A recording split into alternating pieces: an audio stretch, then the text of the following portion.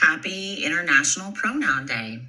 So today I want to talk about preferred pronouns and how these are a form of perceptual control of others and how these disrupt our primal instincts and response times.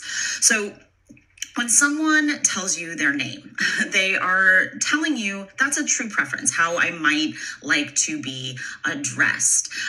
Whether I was born with the name Jennifer, but I prefer to go by Jenny, something like this. This is familiar. It tells you that you're intimate to me, and I want you to know how I like to be called.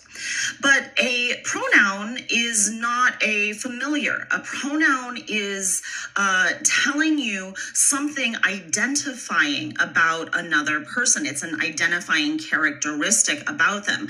Whether I refer to something as a he or a she or an it tells you something identifying about that which I am referring to.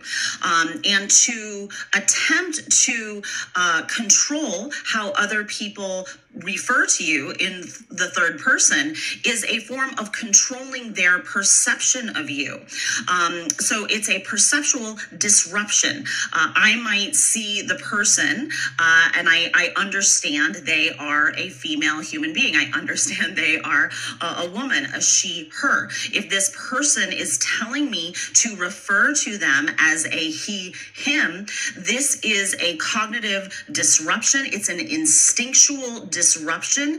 It slows down my instinctual ability to react and respond.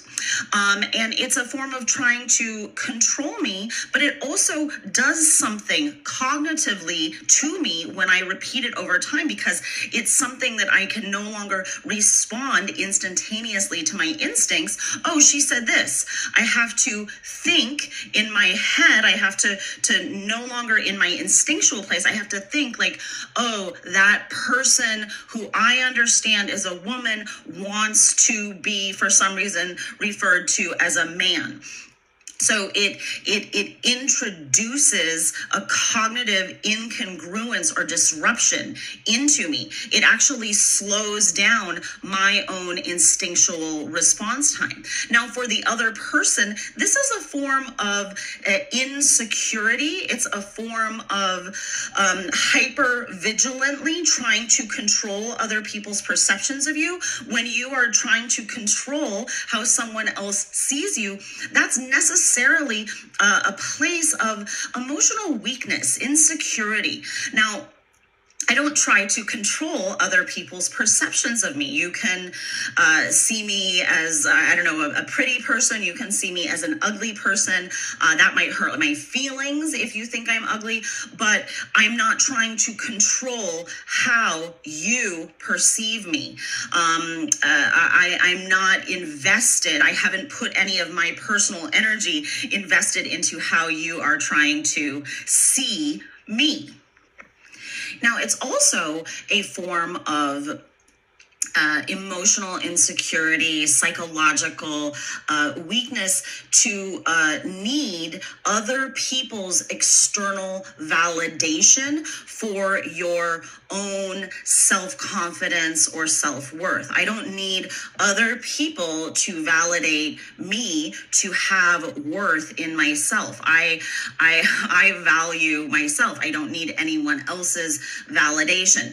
And preferred pronouns, getting other people to participate in your personal perception of yourself, is a form of external validation seeking. So they're not seeking validation from within, but constantly in a state of hypervigilance, trying to elicit external validation from those around them. So this is necessarily a place of insecurity. This does not create a healthy population. And this is why we see all the time on TikTok and things like this, people having emotional breakdowns because they don't get referred to in the third person by the pronouns that they quote unquote prefer. Now, this is insane to me. Now, if someone used the wrong pronoun for me, I might correct them.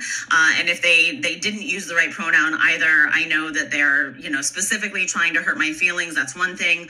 Or maybe they have a cognitive impairment themselves. But it doesn't cause me to have a breakdown, because there is nothing that can make me feel insecure about the fact that I am having a human female physical experience. You can't make me insecure about the understanding that I am having a female experience any more than you can make me insecure about the fact that I am having a human physical experience.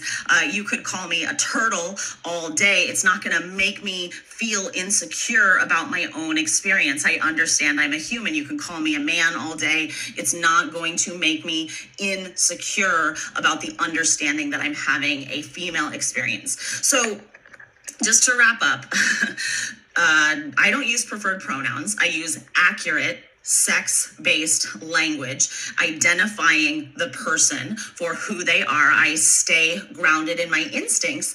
And I just want to offer that those people who are hyper-vigilantly needing this preferred pronoun treatment, they are in a state of constant insecurity and external validation seeking, rather than being able to be self-validating and having a kind of internal authority in themselves. All right, I hope this helps. Happy Preferred Pronoun Day.